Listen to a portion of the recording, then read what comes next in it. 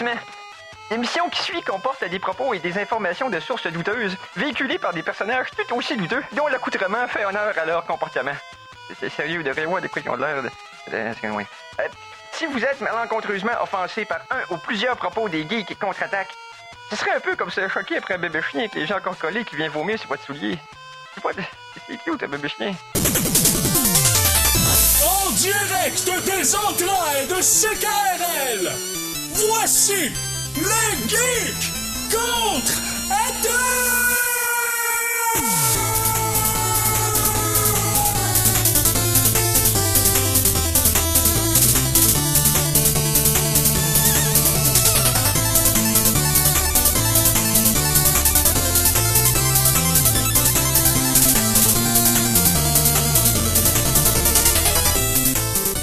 Samedi, le 19 novembre 2022, bienvenue à cette nouvelle édition des Geeks Contre-Attaque, épisode 522.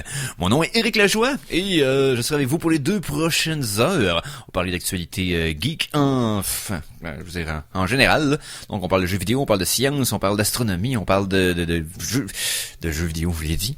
On parle des fois, plusieurs fois de la même chose. On parle de films, on parle de séries télé, on parle de toutes sortes de patentes. Mais surtout, on parle à travers notre chapeau, je pense. Ah, écoute, oui, on parle énormément à travers notre chapeau. Et pour voir ceux avec qui on va auditivement traverser le tissu chapelier, je vais le faire en compagnie de 2 individus. Tout d'abord, je vous présente notre critique de cinéma attitré, mais bien entendu, valeureux gladiateur des ondes, Conan Arsenault. Salut, mister. Bonsoir, bonsoir. Et, à la mise en onde, le légendaire Mikey G. Je vais tester votre mémoire. Oh. Parce que je vais vous nommer la prémisse. Ça me rappelle plus. Je vais vous nommer la prémisse. Okay. Je vais le faire avec toi, Conan, parce que Eric va accueillir une new challenger. Ben oui, on a un gratteux à la porte. Fait que, c'est ça. Je l'ai déjà fait, mais il y a 4 ans. Ça fait 4 ans que je l'ai fait. OK. D'ailleurs, A New Challenger Appear, on va tester la mémoire à tout le monde. Peut-être que Phil était pas là. Mais, moi, j'aime mes crêpes comme les douchebags aiment leur blonde. Ah, je m'en souviens. C'est-à-dire? C'est-à-dire épaisse et poudrée. Bon, ça y est. Cette information, vous devez vous exposer au pire. Voici les Geektualités. Je dis que je m'en souviens, mais c'est pas vrai, c'est parce que je t'ai vu la dire un matin sur TikTok. Ben oui, c'est ça. Je pense que c'est ça, je m'en souviens, oui. comme si je m'en souvenais. Je m'en souviens pas, je t'ai vu un matin la dire. Fait que là, dans le fond, on a dû réchauffer au Geek Contre-Attaque, c'est ça que tu es en train de dire. Mais ça fait 4 ans. Je me suis dit, 4 ans, c'est un terme électoral. Tu sais, fait que si Trump se représente là, bon, ma joke peut ressortir, c'est ça. Non, ça oui. Mais je veux dire, t'as fait la joke ce matin sur une autre plateforme, donc le Geek Contre-Attaque, c'est du réchauffé. Oh ouais, voilà. Vaut pas la peine. Non, mais je l'ai C'est pas possible de faire un TikTok, mettons, après l'émission. Non, mais c'est parce que, OK, cette semaine, je revisitais des anciens épisodes pour voir combien on avait de vues, tu sais, oui. sur YouTube, LGCA, suivez-nous.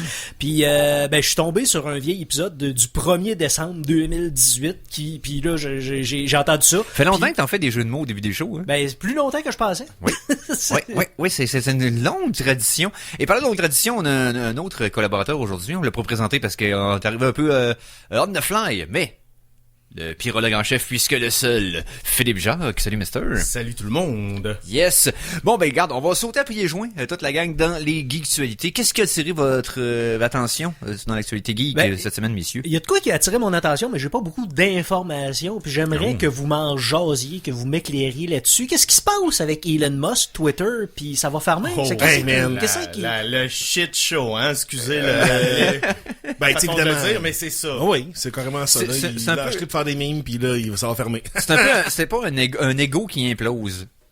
C'est un peu ça qui est en train d'arriver. Là, ouais. En direct, c'est un accident de train qu'on a vu venir au ralenti en disant peut-être ce sera pas si pire que ça. Et là, nos pires prédictions se sont révélées vraies. Ce cher Elon, dans le fond, c'est la saga du crochet bleu, hein, qui a qui a démarré l'accident Le crochet train en bleu, tu question. faisais quoi? Parce que quand t'es une célébrité ou un politicien, quelqu'un qui a un compte officiel, c'est un peu la même affaire sur Facebook. On t'attribue un crochet bleu qui veut dire compte vérifié. C'est la vraie personne à qui Ok, tu c'est pas un faux account C'est pas un créé faux avec compte. le nom de... Oh, je comprends. Et voilà. Donc, c'est un outil très important pour la Oui. crédibilité des gens. Mais Elon Musk voulait démocratiser ce crochet bleu-là et il disait que ça allait être le grand égalisateur. Donc, il a offert aux gens, tout d'abord, de payer 20$ par mois pour le crochet bleu. Trop cher. Et Stephen King, le vrai Stephen King avec un crochet bleu, Oui. lui a répondu si tu me charges 20$ pour un crochet bleu, je décolline de ta plateforme, mon ami. Ouais, mais pourquoi... Et Elon Musk a rétorqué how about 8$? Et puis c'est devenu ça. Donc en faisant ça, tu peux prendre l'identité d'un compte vérifié, le crochet bleu, pour 8$ par mois. Tant que tu payes. Fait que Tant ça que peut, tu payes. l'anarchie commence là. Et l'anarchie a commencé Attends, immédiatement. je veux qu'on saisisse bien ce qui se passe. Oui, Tu peux prendre l'identité de quelqu'un d'autre si tu payes 8$ à sa place. Ben, c'est drette là que j'allais dire. Ça, Oh! le spectacle a commencé immédiatement à la mise en place du 8$ par Ok. mois, puisque les usurpateurs de Elon Musk se sont multipliés dès la première journée Oui, il doit y avoir 36 crochets bleus Elon Musk, là. et ils ont dit des affaires Mais c'est complètement Il y a effroyables. des compagnies qui ont perdu des milliards de dollars parce que, entre autres, une compagnie pharmaceutique, Eli Lilly, que le faux compte vérifié à 8$, a dit, bon, ben là, l'insuline est gratuite maintenant. Je pense qu'ils ont perdu Des milliards. Est-ce que quelqu'un peut milliards. m'expliquer- est-ce que quelqu'un peut L'action a m'expliquer droppé en- la stratégie en arrière de rendre disponibles les crochets bleus à n'importe qui? Ben lui, ce qu'il voulait, tu sais, c'est parce que le monde... C'est quoi le problème? Ben le monde avec ça, pense qu'avec un crochet bleu, ben ils vont être cool, tu sais. Ils vont être... Hein, je suis vérifié, donc je suis authentique. Moi, je suis le vrai Philippe Jacques, donc j'ai un crochet bleu. Sauf que Ben ouais, moi, ça je suis enlève... le vrai Éric Lajoie, j'ai pas besoin d'un crochet bleu. Ouais, moi. mais il y a du monde sur Twitter, tu sais que c'est une espèce de Non, je sais dans quelle bassesse que ça va. spectacle, là, ouais, c'est Mon ça. point, c'est que pourquoi, en tant que... Tu sais, mettons, tu mets la possibilité de vérifier un compte pour que la personne puisse être authentifiée comme étant la personne officielle qu'elle prétend être. Oui. À partir de là, pourquoi tu recules? En fait, pourquoi tu fais ça au complet? Pourquoi là? tu rends ça... C'est quoi le but Ben, d'avoir en changé plus, ça? C'est ça, parce que les compagnies là, sont complètement frustrées, comme Nintendo des États-Unis qui s'est fait usurper son compte avec un Mario qui nous a envoyé promener avec un gros doigt d'honneur. Et ça, c'est ça. Ben l'affaire, c'est que Twitter se fait poursuivre de tout bord, de tout côté. Puis ça, c'est le début de l'histoire. Puisque par la suite, il y a déjà... parce que dans le fond, pour sa transaction a été coûtée 44 milliards de dollars. Et pour rentrer dans son argent, il a licencié genre de quoi comme 15% du personnel. Les modérateurs ont tout foutu le camp. Ça, Ouais, moi, je c'est l'avais beaucoup, prédit. là, Beaucoup de monde. Il me semble que c'était vraiment comme Au début, 50. Au début, c'est- ça se peut que ce soit un petit Ok. 10%, mais C'est il me un semble petit qu'il reste plus 10%. personne. Mais là, l'affaire, c'est que avec le crochet bleu gate, comme on pourrait dire, là, les problèmes se multiplient. Il a mis des vérificateurs à la porte, des gens qui s'occupent de la sécurité à la porte. Et puis là, il a dit... Là, on va redoubler nos manches, on va retrousser nos manches, redoubler d'efforts. Puis là, je veux qu'on travaille très, très fort. Fait que vous avez jusqu'à mardi pour signer une décharge comme de quoi vous allez rester dans l'équipe et puis que vous allez donner votre 200%. Et ça donnait que 75% des employés restants sont partis. Donc, si tu donnes...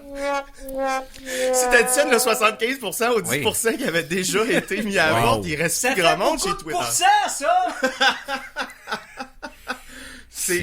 Ouais. C'est fantastique à suivre. Moi, je suis pas sur Twitter, j'ai Non, pas j'ai de compte Twitter. Pas de chien dans la course, moi non plus. Mais je suis pas- suivre cette débâcle-là, c'est fascinant.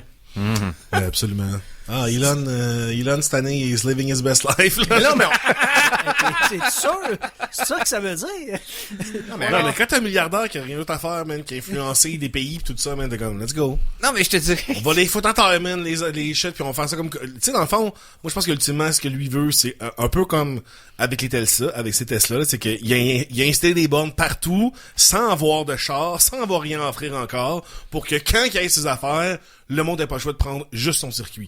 Fait qu'il va sortir une application que ça va être comme, hein, regardez, je sors une application, c'est comme Twitter, mais différent, mais gratuit, mais là, En ce moment, Mastodon est en train de ramasser la part du lion, là. C'était-tu à lui, ça, déjà? Non, non, Mastodon, non. c'est pas à lui. Ok. Sauf pour le Starlink. Le projet Starlink aussi. Hein, Ouais, pour ça, le- c'est Internet dans l'espace. Ben oui. Non, c'est ça, on va voir. Je te garde. Je te dirais que c'est le philanthrope le plus proactif qu'on a vu depuis longtemps, là. C'est le gars Ouais, qui en tout cas, dit je vais faire des changements dans la société. Proactif dans la sphère publique. Parce que Ouais, je dans sais la qu'il y en sphère a publique, full t'as raison. d'autres. Parce que lui, c'est vraiment plus un cult of personality que nécessairement Oui. ses vraies décisions. Puis c'est vrai. Lui, il a zéro engineering. Là. Il a tout juste acheté. C'est un catalyste. Il a rien. C'est- Lui, il a rien inventé. Il a acheté des affaires ici et là. Il a mis du monde ensemble. Mais lui, en tant que tel, C'est là, le nouveau Steve Jobs. il a jamais rien. C'est Ouais, Steve c'est ça. Jobs Ouais, 2.0. c'est ça. Qui catalyse avec ses idées, mais que c'est c'est Ah, il y a même pas d'idée. C'est ça, il y a même Ouais. pas d'idée, man. C'est toujours, il achète toujours des affaires que lui pense qu'ils vont marcher, puis qu'il s'arrange pour qu'ils marchent. Rendez-vous compte, là, il a fait marcher le char électrique qui était la risée de toutes les affaires dans les médias. Tu sais, mettons, on recule de 50 ans, là. Ouais. Un char électrique, c'est une affaire de têteux, puis c'est une affaire de... Il a rendu ça non seulement comme cool et branché, mais il a Ouais. rendu ça comme... T'avais Ah, aussi tu sais, le lobby des pétrolières qui mettaient de la pression sur les médias Ouais, mais- pour tasser ça. Ouais, mais il y avait quand même, réussi tu à sais. rendre ça mainstream. Puis C'est là, ça. tous les constructeurs veulent ça, construire, exact, veulent. exact. Euh, C'est comme ta personnalité beaucoup, ça. Non, c'est ça. Ce que je veux dire par là, c'est que dans le fond, lui va plus avoir démarré un mouvement. C'est le spark qui décolle le char, mais c'est pas le gaz qui brûle pour le faire avancer. Ouais, mais ça veut pas dire que c'est une C'est bonne ça, mon personne. Non, vraiment pas. Non, non, non. C'est ça que je te dis. Parce que v'là 10 ans, tu m'aurais dit, qu'est-ce que tu penses d'Elon Musk? Je t'aurais dit, ce gars-là va changer le monde. Ah, c'était Iron il va Man, mettre- hein? Il va mettre l'épaule à la roue pour changer la façon dont... On le dit ici au Gay Contre-Attaque. Et voilà. Et Mais voilà. dis- Puis là, j'ai arrêté de ok, croire à ok. ça. Ah oui, non, oublie ça. là. OK, mais Elon Musk, a-tu changé le monde, oui ou non? Même Parce que si... Il l'a modifié. Comme Ben, Steve c'est Jobs. Il y a des slight modifications qui vont peut-être avoir encore plus d'impact plus tard, on le sait pas. Mais c'est certain qu'il y a des choses qui sont là, qui ne seraient pas sinon. À savoir si c'est bon, si c'est important. Puis des choses qui seront Je dis plus pas- là. Non, mais c'est ça, il y a beaucoup d'affaires qui Bientôt. seront plus là à cause de lui aussi. En 2014, je le connaissais pas. J'y aurais payé une bière. Oh oui! Cette année, même pas de controverse je resterais chez nous, je dirais j'ai la grippe. Là. Ah, je vais finalement Elon, je vais rester chez nous. Ouais. Ah, là, fait que là, Elon, il est tout seul au bar, pis t'attends, tout désappointé. Oui, je pensais que j'étais... Ma mère, elle trouve que je suis cool. Ouais, on n'est pas rendu. On est plus rendu. Je te dirais que oui. Notre opinion de Elon Musk en général, c'est a suri avec le temps. Ça a vieilli comme du lait au lieu de vieillir comme du vin. Hein? Après une simple débarque. Ouais, c'est ça. Ça a pas. Ah, non, mais il a passé de Iron Man à Thanos, là, ce gars-là. Ouais. C'est carrément ça, là. Et d'un claquement de doigts, il fit disparaître la moitié des comptes. Et voilà. La grande purge. Bon, hey, on va réfléchir à ce qu'Elon a fait pendant la prochaine minute. On va y aller avec une petite pause musicale. Mikey, C'est s'il te lui qui plaît. devrait réfléchir à ce qu'il Oh, a fait. excusez. Oui. Ah oui, ça fait. La chanson de la semaine! Ouais, dans le coin, il Musk. Il Musk. Ouais. Musk. On dirait un genre de... Moi, je pense à un mollusque emo, là. Non, d'un autre colonne que t'achètes en ligne. Ah, le Tu sais, faut que Emos, ouais, ouais. tu plugues la bouteille sur Internet, sinon elle sent rien. Mais là, du fait que tu la plugues dans USB, ben là, il y a une odeur que tu peux Download, choisir différentes odeurs. C'est comme un Puis t'achètes- branché-là de c'est ça. Glade. T'achètes Exact. des apps pour avoir plus d'odeur à ton colonne, right? Tu la download de l'Internet. Puis c'est une formule spéciale Man, qui agit honnêtement, sur là, l'ADN. si ça des existe pas, milliards. ça va exister, c'est sûr. Genre un parfum que déjà l'ADN d'avoir non, différentes mais odeurs. il y a tout tu dans la- l'actives avec... Il y a juste tout dans, il y a tous les mélanges possibles dans la petite base que tu fais juste comme activer en downloadant des C'est codes, ça. puis là, il fait des mélanges de, oh Ouais. shit. Copyright, les Wow!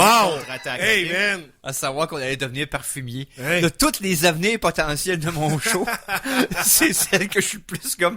What? Et dire que l'étincelle pour créer ce parfum-là a été créé par un nanosmic. Ouais. Oh. Ben oui, tabarouette. Et Mikey qui sent rien, c'est vrai. Hey, chanson de la semaine numéro 1. On va aller sur, bien entendu, Overclock Remix. Cette fois-ci, cette semaine, il y a un album qui est sorti sur Overclock Remix. On va en parler dans les prochaines semaines parce que je vais prendre le temps de l'écouter comme faut. C'est un hommage jazz à la musique des jeux vidéo. Ok, il y en a eu quelques-uns, là, plusieurs années, mais là, c'est un récent des gros artistes de la communauté des remixeurs de jeux vidéo, bien sûr. Là. Je parle pas de gros artistes, là. Pas Louis Armstrong qui sort de sa tombe.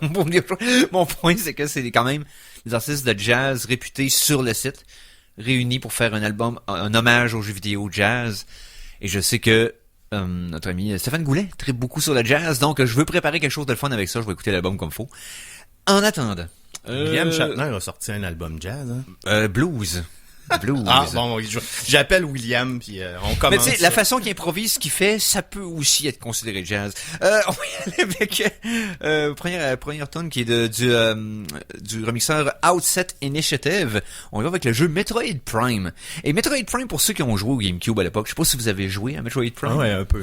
Sous-estimé dans la franchise des jeux des first party de Nintendo. Il était vraiment solide. Metroid Prime 1 et 2. Sous-estimé, non, il est culte. Il est culte. Il est culte parmi ceux qui sachent. Ouais, probablement. C'est un gros morceau. Metroid Prime, la musique était bonne, l'histoire était bonne, le gameplay, malgré que je suis sur le coup, j'ai comme 2D à 3D, ça va être comme malaisant. Tu sais, aucunement, c'est seamless. Ça file Metroid, mais en même temps, c'est une nouvelle façon d'expérimenter. J'avais bien aimé à l'époque. Et de ce jeu-là, on va y aller avec la pièce Gravity Suit. Et ça, c'est un peu... vous allez voir un peu des influences que, justement, blues jazz un peu dans la tonne, mais aussi de la musique, des chants a cappella. C'est weird, c'est cool. On écoute Gravity Suit immédiatement au Geek Contre-attaque. Et on vient d'entendre la pièce Gravity Suit de Outset Initiative. Ça, c'est un artiste qui sévit sur le site Overclock Remix. Et c'était tiré du jeu Metroid Prime, paru à la GameCube, je crois, en 2002, dans ces coins-là. Un jeu culte, comme Phil le disait, qui vaut la peine d'être revisité. Je pense qu'il y a eu des remasters de la série Metroid Prime sur Nintendo, là, qui ont refait à la Wii U. Je sais que sa Switch est disponible. Oui. À quel point c'est remaster. Nintendo sont pas réputés pour leur remaster. Là. Ils remettent juste le jeu comme tel, puis ils refont le mapping. Ouais, mais tu sais, ils de bouton. fonctionnent, puis tout. Là, tu sais, leur nouveau port de Ocarina of Time, puis de Skyward Sword, lequel fonctionnait super bien. Là, Pas en entrée de jeu. Ah ouais? Non, il y avait des bugs terribles. En plus, faut que tu payes 20$ de plus pour jouer à l'émulateur de 64. Ça te rend un check à bleu pour voir ça? GoldenEye. Oui. Okay. Ah ouais. Mario a décidé. Mais GoldenEye, ouais, tu disais? GoldenEye est ressorti sur la Switch, le même GoldenEye, l'original, d'après tant de débâcles des années. Puis ils ont pas ajouté un mode online en plus? Oui, et online, sauf que c'est ça, ils ont pas amélioré les graphiques, puis il faut que tu payes 20$ par mois de plus pour pouvoir jouer à l'affaire de... Sérieux, c'est pour ça que j'ai pas l'émulateur de 64 sur Switch. 20$ de plus, là, regarde, je paye mon abonnement annuel de Nintendo. Non, c'est ça, là, regarde. C'est jamais assez. F-off, là. C'est jamais assez. C'est jamais assez. Tu sais, comme tout le pompon, là, enlève ta main de mes poches, j'ai compris. Non, c'est jamais assez. C'est ça le capitalisme. Ouais, mais c'est parce que... Ça... Tu sais, la multiplication éternelle du growth, là. Ouais. Ben, c'est ça. Mais ça se peut pas. Mais toutes les entreprises, sans exception, ne font pas tout ça. Il y en a qui sont comme corrects avec un certain niveau de croissance. Et puis qui font pas ça? Ouais, tu peux me le dire. Il y en a plein. Ceux avec lesquels tu penses pas présentement. Ben non, mais il y en a plein de compagnies qui font juste un jeu qui te charge pas trop cher, comme... Ah, ok, Non, on c'est parlait ça. de jeux vidéo. On parle de n'importe quel domaine. Il y en a qui se contentent d'une courbe de croissance standard. Oui. On parle de... Qui virent pas fou de profit puis tu sais. Oui, exact. Il y a du monde qui exagère dans tous les domaines. Ouais, c'est plus- Mais de comparer toutes à l'extrême. C'est plus que quand quand la compagnie pogne une certaine taille, genre énorme. Exactement. Quand Qu'elle elle tombe devrait en être bourse. disbandée, là. Puis que les actionnaires qui embarquent Et là-dedans. voilà. C'est là que ça devient compliqué parce que là, c'est comme tout est drivé vers le fait que les actions faut qu'ils montent. Voilà. Au lieu de faut que notre produit soit populaire puis qu'on gagne des parts de marché. Quand tu restes là-dedans. Que les actions montent jusque dans l'espace! Chronique du Cosmos!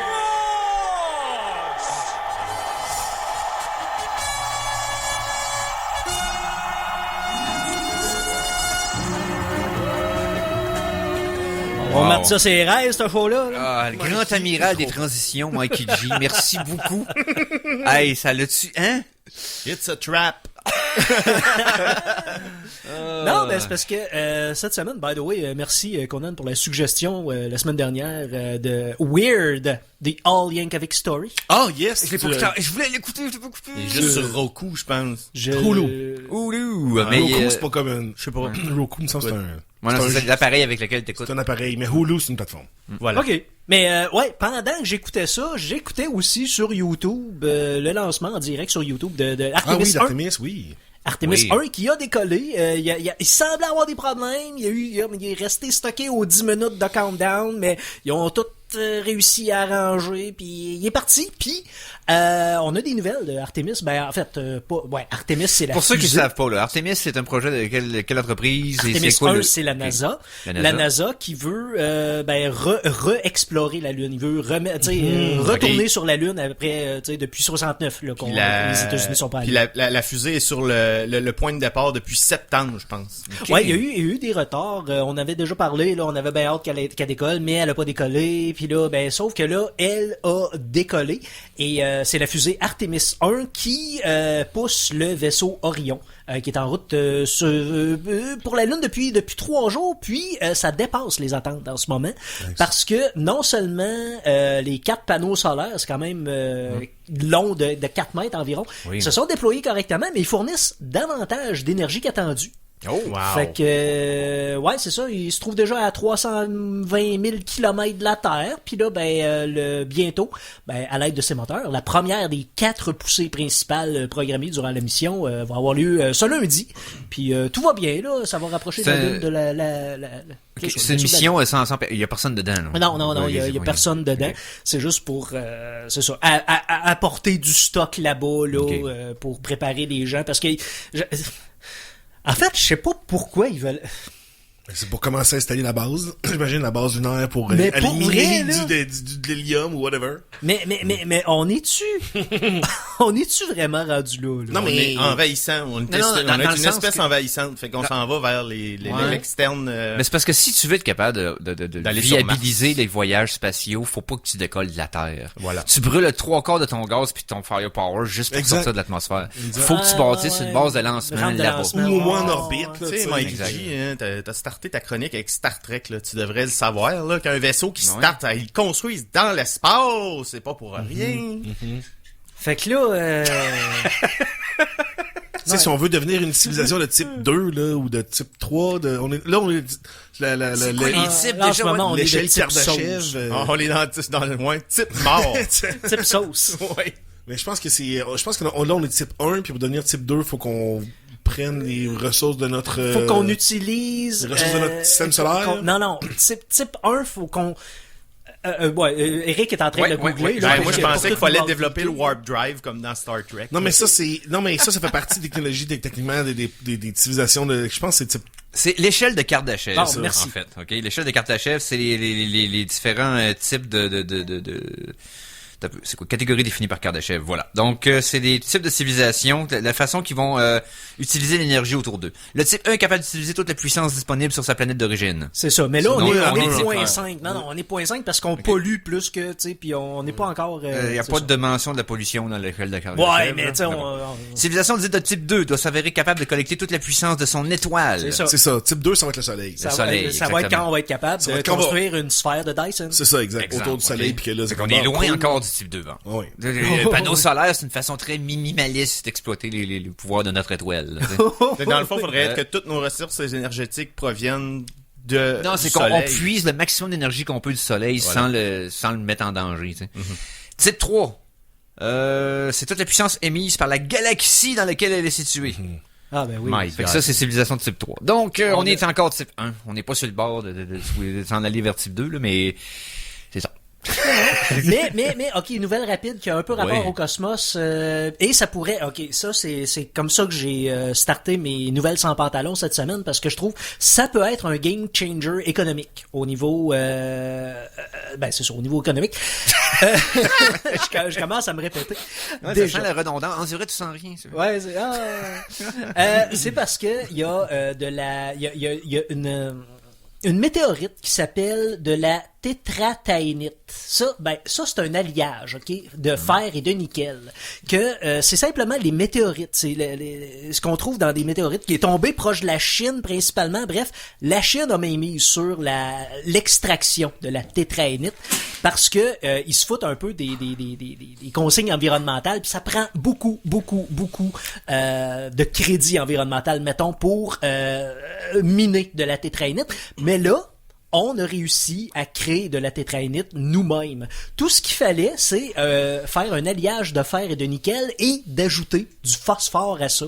Et c'est un alliage tout simple. Là. Tu fais fondre tout ça dans les proportions correctes et tu mets ça dans un moule et quand ça durcit, ça devient de la tétraénite. Et pourquoi c'est important? Parce que ça sert pour des aimants de haute qualité. Là. Exemple, ce qu'on met dans les trucs médicaux. Des trucs médicaux, mais aussi dans tout ce qui est informatique. Les anciens disques durs, c'était ce genre d'aimant-là que ça prenait. Donc c'est ça. La Chine. La résonance magnétique, là, les aimants sont hyper powerful. Là, t'as aussi les trains. Les maglev. Ouais, voilà. Ouais, ben c'est ça, tout ça, les nouveaux transports, tout ça.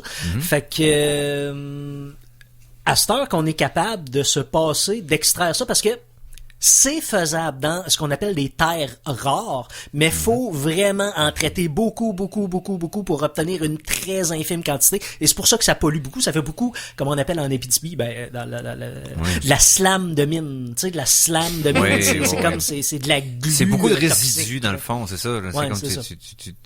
tu génères beaucoup plus de déchets qui n'existaient pas avant, puis qui est difficile à disposer d'eux pour une petite quantité de ressources. Là. C'est comme, au moins, si t'es capable d'en générer autrement, c'est excellent. C'est ça. Fait que, ouais, je suis content. Tétraénite synthétique, merci beaucoup à ces chercheurs-là britanniques. Bon, ben parfait. Hey, on va faire une petite pause de 3 minutes. Ça nous laisse, mettons, 3 minutes à toute l'humanité présentement pour gravir l'échelle de Kardashev ensemble. Et on vous revient après la pause en tant que civilisation de type 2. Yes. Je vais vous parler de la fin d'un projet que j'ai fait cette année. Donc, restez des nôtres.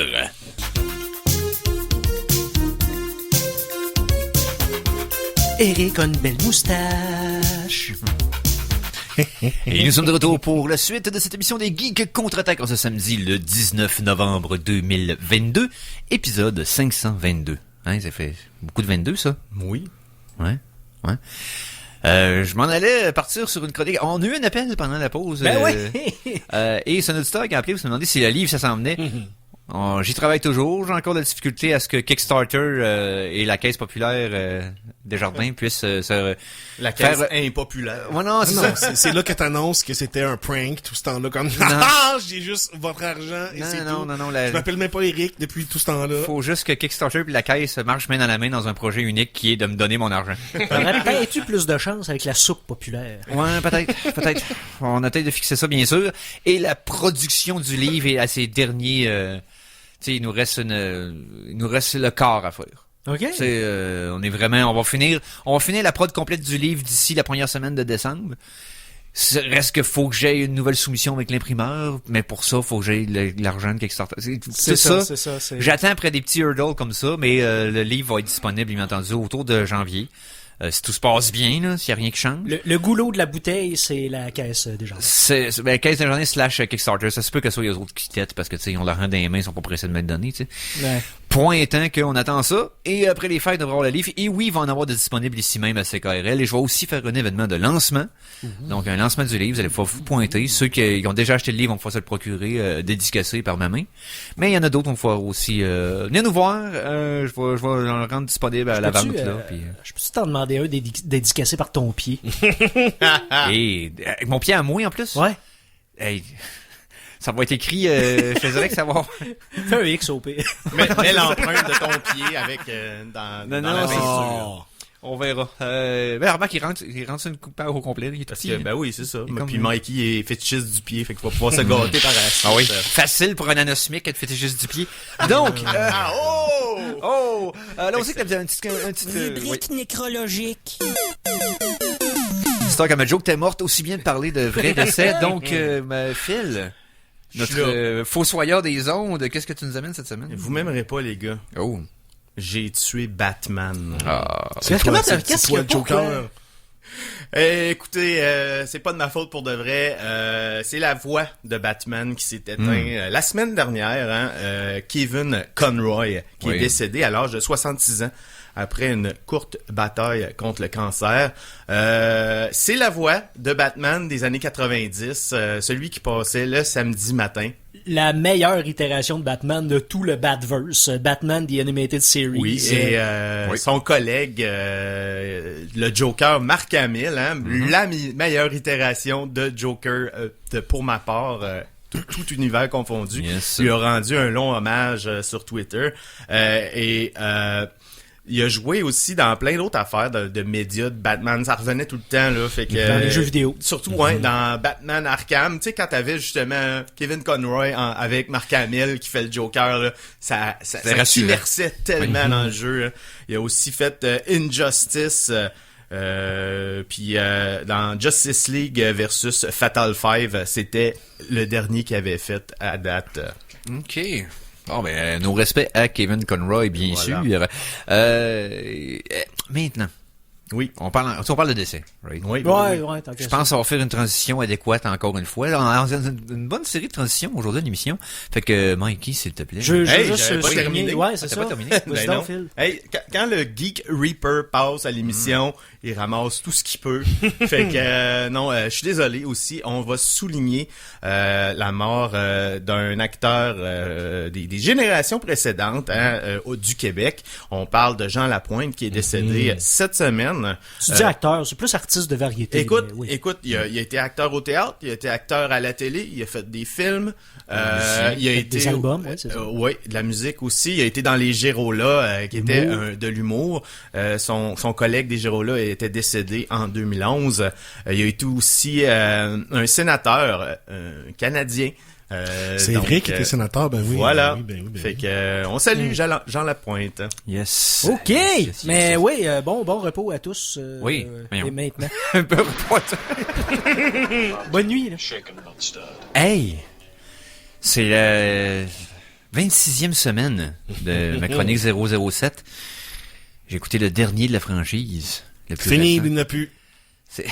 Il n'aura plus. Ben, n'aurait pu. Il va en avoir encore, mais pour l'instant, l'arc actuel des James Bond se termine avec un film réalisé en 2000...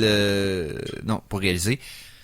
Sorti en 2021, parce qu'il était supposé Réalisé sortir... en 2019. Non, ouais, c'est exactement. Il était supposé sortir pas longtemps, pendant le printemps de la pandémie. Puis, Le vrai méchant de ce film-là, c'était la COVID. Mais oui, No Time to Die de 2021, en français, Mourir peut attendre. Donc, réalisé par... son nom, c'est Kari Joji Fukunaga. Fukunaga, lui qui a Ouais. fait... Qui a épisodes de écrit True Detective. oui, True Detective, It, Beast of No Nation, Oui. qui était le premier film produit par Netflix. OK, paru C'est vrai, complètement. c'est vrai. Ça a été le premier de tout. Donc, quand même, pas pied des verts. Et le premier de la franchise James Bond, qui est non seulement réalisateur, mais qui est aussi co-scripteur. Ah? C'est la première fois qu'un réalisateur a aussi un mot à dire dans le script du film. On a un budget de autour de 250 millions de dollars au départ, ce qui est le plus haut de la franchise. C'est tellement cash. Et un box-office de 771 millions de retour, ce qui est pas mauvais dans les circonstances, parce qu'il est sorti... Ah oui. Disons que c'est pas ce qu'espérait le studio. Non. Non, parce que post-Covid, c'est le premier film qui a franchi la barre des 100 millions sans se servir de la Chine. Ah. Ouais, sans être diffusé en Chine, parce qu'il n'a pas pu être réalisé en Chine. Je pensais que Ben, t'allais dire sans le streaming. ok. Non, c'est ça, c'est vraiment genre, il a été réalisé au cinéma en premier, No Time to Die, et ensuite en streaming, ils n'ont pas fait le genre de Alpha and Alpha. Ouais, mais dans ce temps-là, c'est ça. À l'époque, c'était très courant. Là. Et non seulement ça, mais ils ne pouvaient pas se fier sur la Chine parce qu'ils n'ont pas pu le réaliser là. Et il a réalisé aux États-Unis une semaine après à certains endroits à l'international. Et malgré tout ça, il a fait plus de 100 millions, ce qui était le premier depuis que la pandémie a débuté. Donc, quand même, pas piqué des verres. Avant de parler du film en direct, Daniel Craig avait 53 ans durant le tournage. Et c'est un détail que je veux parler parce que Moore, on considérait qu'il était trop vieux pour le rôle dans View to a Kill parce qu'il avait 57 ans. Ouais. Craig est le deuxième plus vieux à l'avoir incarné. Quand Connery est revenu pour Never Say Never Again, il avait 52. Il était plus jeune que Craig l'est maintenant dans le rôle du dernier James Bond. Daniel Craig, Et on de- vieillit plus C'est ça. pareil De la de même nos fa- jours. Il exactement. paraît plus Il a jeune. l'air moins vieux. hein. Exactement, c'est ça que j'allais en venir vers là. Il n'y a pas la shape d'un gars de 53 ans des années 80. Tu veux en bédaine, ce gars-là? Mais c'est une des raisons pourquoi il voulait abandonner la franchise éventuellement, parce qu'il dit que ça devient tellement difficile de se mettre dans une shape raisonnable pour le film, que c'est diminishing return, comme ils disent. Ah, c'est des vies Ben, c'est misères. un peu, Honnêtement, c'est des vies misères. C'est un peu la même affaire pour Hugh Jackman, là, pourquoi il avait quitté Ouais, le pour rôle de Wolverine, Wolverine. là, ça devenait tough, là. Tu sais, je veux dire, parce qu'il demandait des scènes, genre, tout torse nu, où ce qu'il fallait quasiment qu'il se déshydrate pendant 3 jours pour Pas qu'il quasiment. vienne. Ouais, il fallait qu'il le fasse. Littéralement. Se déshydrater pour que les veines ressortent. Puis, tu sais, c'est comme un peu abus pareil, juste pour faire un plein de bedaine. N'importe quoi, là. Mais bref, tout ça pour Surtout dire quand que... tu sais qu'il y avait des âmes en CGI, oui. mettons comme dans Nick Cage dans Ghost Rider. Non, c'est ça. Au pire, il prend un body double puis met la face de quelqu'un d'autre, tu sais, je veux dire. C'est vrai. Anyway, note de 7.3 sur MDB, ce qui est quand même haut dans la franchise.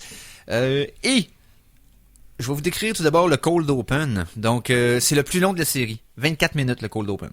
Il est splitté en 2 parties. Shit, ok, ouais, c'est long. Et avant qu'on ait le titre du film, puis la toune, tout ça, t'as 2 Cold Open. Le premier, c'est un flashback du personnage de Madeleine Swan dans le film précédent, dans Spectre, où ce qu'on voit, elle avait dit comme ça pendant le film qu'il y avait elle a tué une fois dans sa vie, puis c'était un gars qui était venu chez eux pour essayer de les attaquer. Et tu revois la scène d'un assassin qui est venu tuer son père et sa mère. Son père est pas là, il tue sa mère, puis elle tire dessus.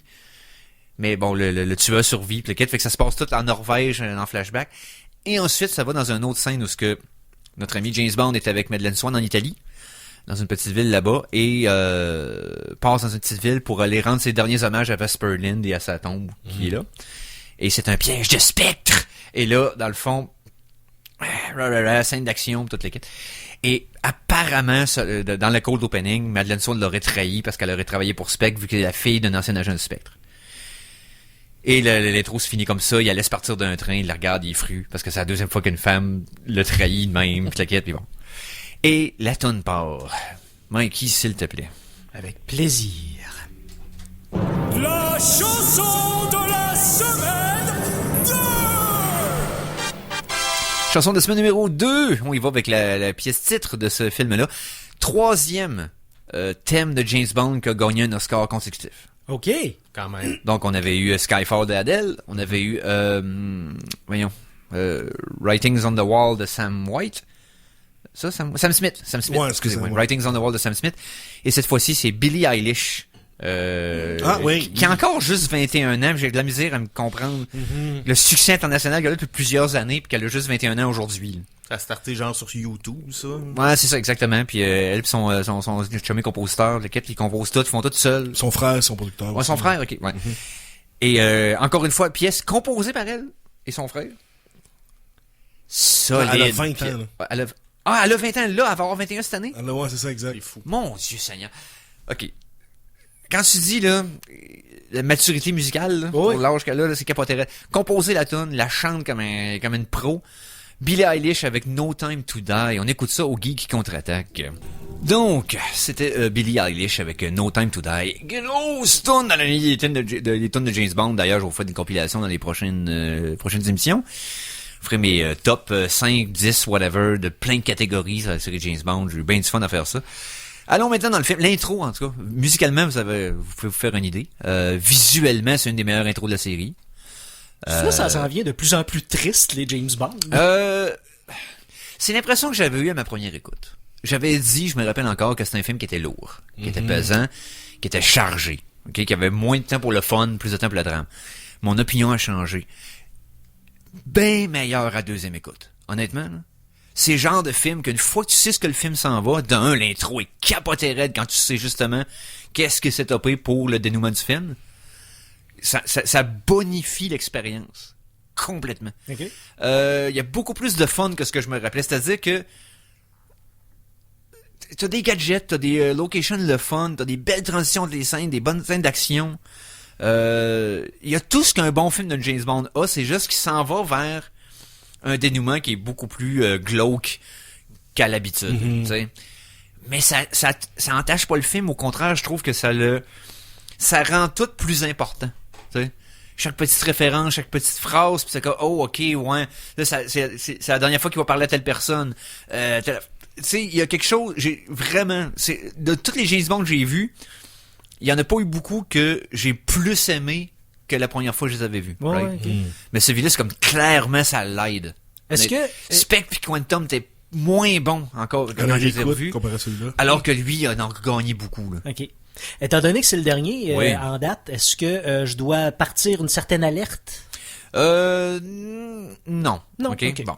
Je vais essayer de parler là, parce que j'encourage le monde à ceux qui l'ont pas vu, puis qui ont suivi de près ou de loin la saga des Daniel Craig. Il était écœurant. Il est vraiment bon. Il est vraiment bon. Je vous donne tout de suite mon verdict, la joie, 4.5, il était écœurant. Pays visités. On parle de l'Italie, Jamaïque, Cuba, Norvège et une île fictive du nom de Poison Island.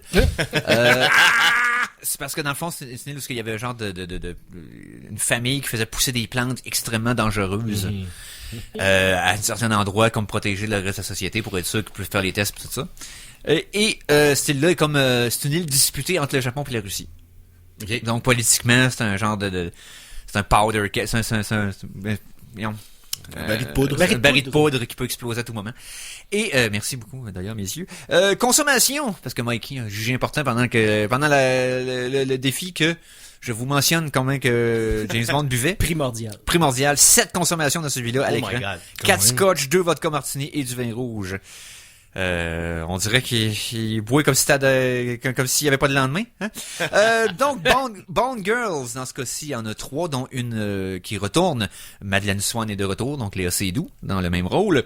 On y va avec Nomi, alias la nouvelle agente de 007, donc Lashana Lynch, et la liaison du CIA à Cuba, donc Paloma, interprétée par Ana de Armas. Moi, je trouve qu'elle faisait une bien meilleure Bond Girl que Bond Girl. Que la Bond Girl du film. Ouais. La Bond Girl du film, je comprends son utilité, puis j'ai mieux aimé les petits détails dans leur banter entre eux autres après l'avoir vu la deuxième fois. Ouais, non, mais j'aurais mis Ana de Armas à la place.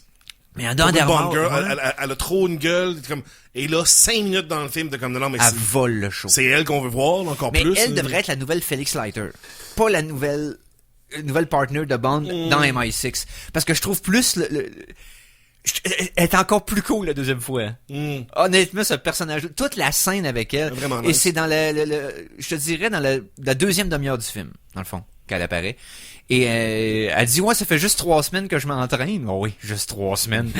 Ouais, se battre puis tirer, ça fait quoi? Dans une hyperbolic time chamber? Non, c'est ça. Et ironiquement, elle disait ça pendant le tournage parce qu'elle avait peur de pas réussir ses scènes d'action parce que ça faisait littéralement 3 semaines qu'elle s'entraînait. Okay. Le réalisateur a dit ça dans le film. Ça va Et fitter. c'est devenu une réplique du film. Nice. Mais non, elle était cœurante, la chimie entre les deux malades. Tu voulais en voir plus d'elle, puis c'est un peu dommage. Et c'est Daniel Craig qui a mis sa main au feu pour la faire rentrer dans le film. Parce qu'il avait joué avec dans Knives Out. Puis il a dit casser-la elle pour faire ce rôle-là. Je l'avais Oublie ça, là. Ça puis, un casting à mort, ça. casting de fou. Honnêtement, ne serait-ce que pour elle, le film vaut la peine. Les antagonistes. Et là, attachez votre cringe avec de la broche. C'est ça. L'antagoniste qui est interprété par notre ami Rami Malek. C'est c'est le jeune fils survivant de la famille d'herboristes qui ont péri sur Poison Island. Il s'appelle Lucifer Safin. C'est Qui subtil. a rien à voir avec Lucifer Satan. Mais, tu sais, oui. C'est certain qu'avec un nom de même, il s'est fait écœurer à l'école. là. C'est pour ça qu'il est devenu le méchant. Safin est un vrai nom de famille d'Europe de l'Est. Là. Ok, ça, je vais être correct. Là. Marat Safin au tennis, si vous le savez. Là. Non, c'est un vrai nom. Herménégil, c'est un vrai prénom, c'est pas plus beau. Non, exactement. Mais c'est parce que Lucifer, c'est un petit peu on the nose pour un bad On guy. dirait que c'est George Lucas qui t'a trouvé le nom. Ouais, non, c'est ça. Non, on dirait que c'est un nom de James Bond, mais d'un premier. Ouais. Tu sais, Ouais. dans le temps il y a quelqu'un qui faisait il fait un jeu de mots puis que ça restait jusqu'à la fin puis personne Ça peut être un clin d'œil à cette époque-là quand même. Effectivement. Un peu mieux que ce que je me rappelais. Malek, j'avais été sévère à son endroit à ma première écoute. J'ai trouvé qu'il y avait un peu de retenue, le fun et son histoire, non seulement son origin story est relativement intéressante pour le peu qu'ils ont donné, mais son plan pour prendre le contrôle.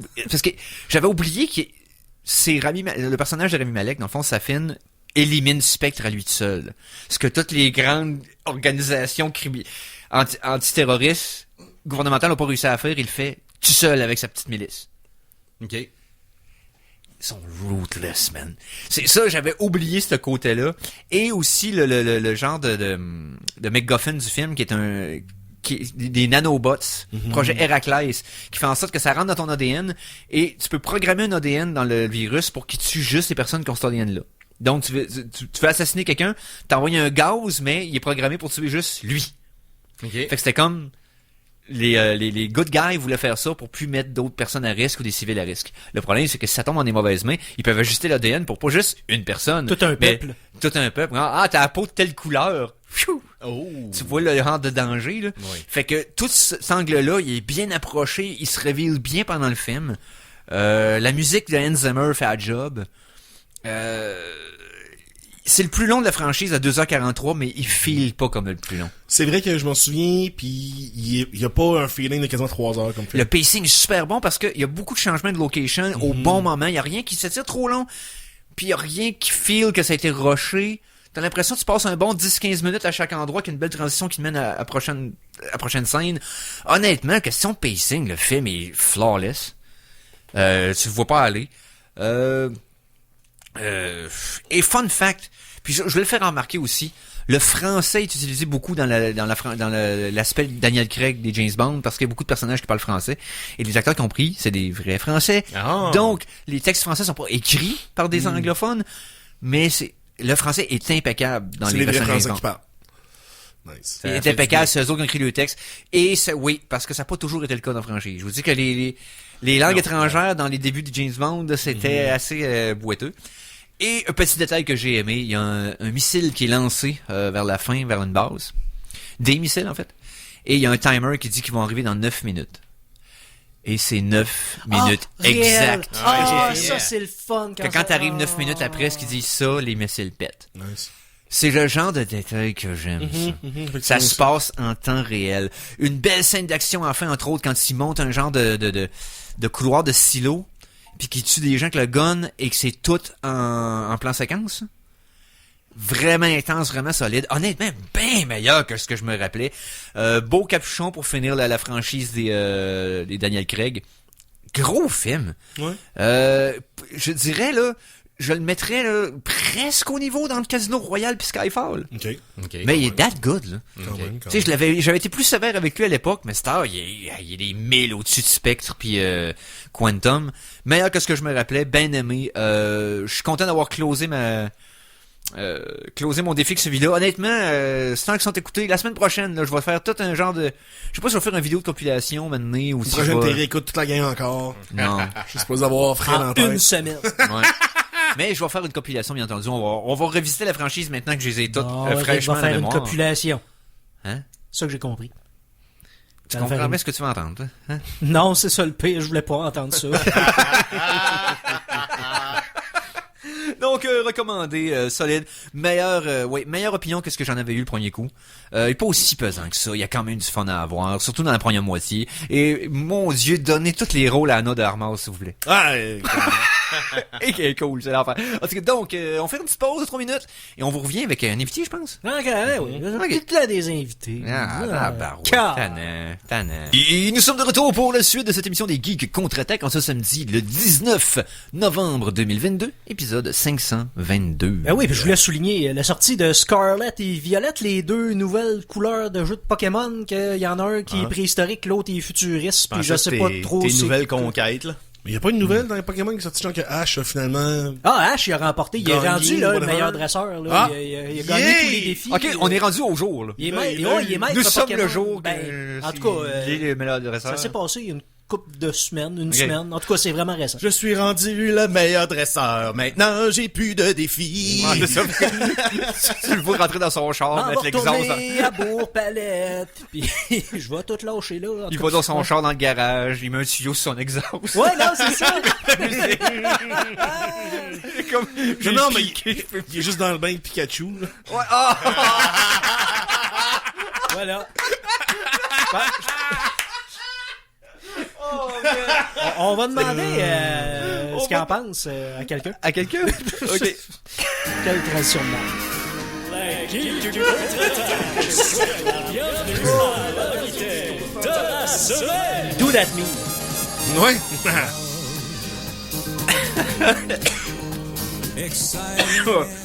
Ok, bon. Assez, trêve de plaisanterie.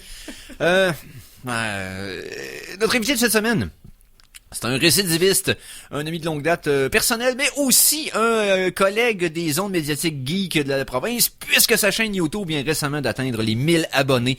On parle ici à Rétro Barbu, alias Marc-André Genet. Salut, mister. Hey, salut. Hey, voulez-vous qu'on en parle de Pokémon Scarlet and Violet? Oui, non, si ça te tente. T'as-tu joué? Oui, non, qu'est-ce que t'en penses, etc.?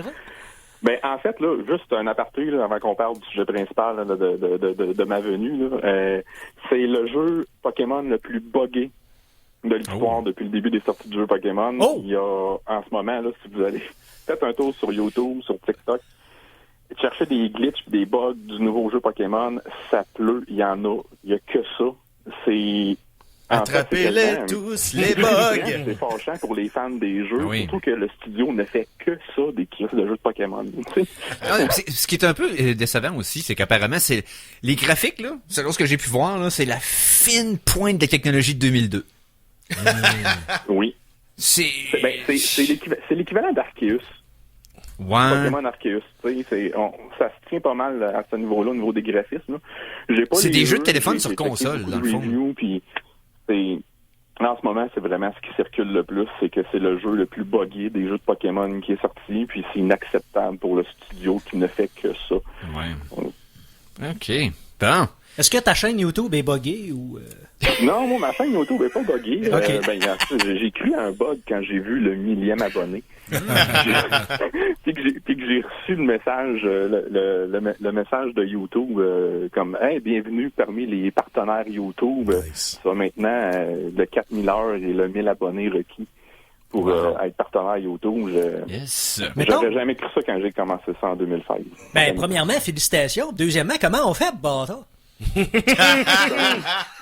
Mais honnêtement, si vous pouvez voir là, sur ma chaîne, il y a beaucoup d'essais-erreurs, il y a beaucoup, j'ai essayé des choses, il y a des choses qui ont moins bien marché, et je pense que la formule, moi, qui a fonctionné, on va le voir avec je pense avec la vidéo qui a le plus de vues, là, c'est mon documentaire sur l'Atari 2600, l'histoire de l'Atari 2600. Oh! Je suis au-dessus de 13 000 vues sur cette vidéo-là. Wow, quand même.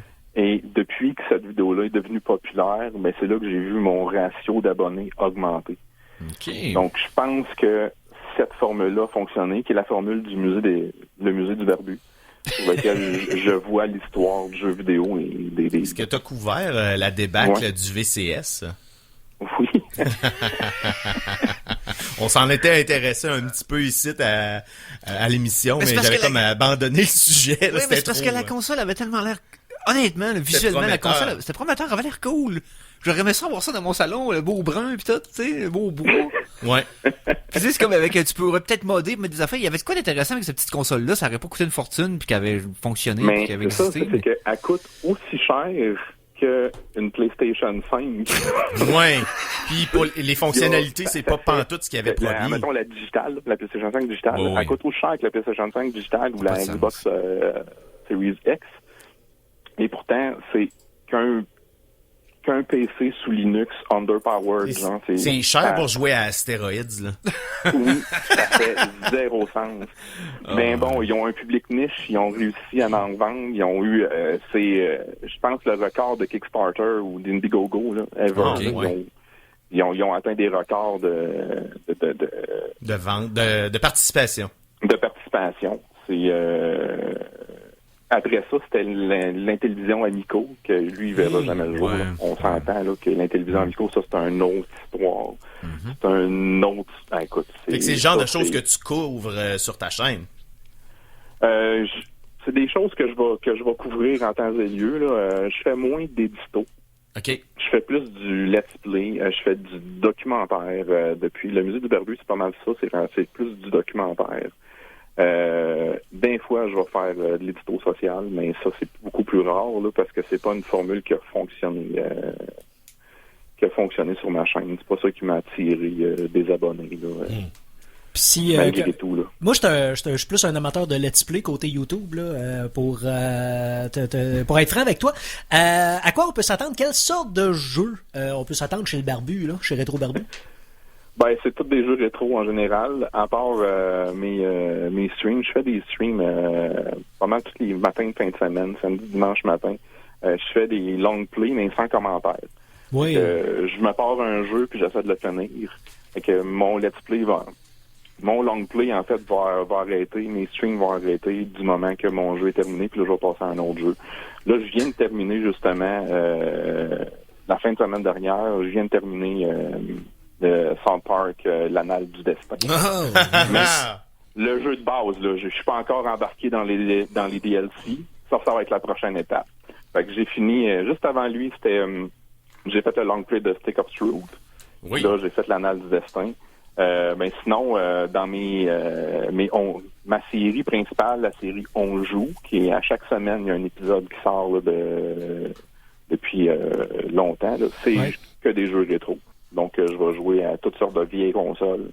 Puis, on voit que je suis un joueur exécrable. Je suis très mauvais. Oh!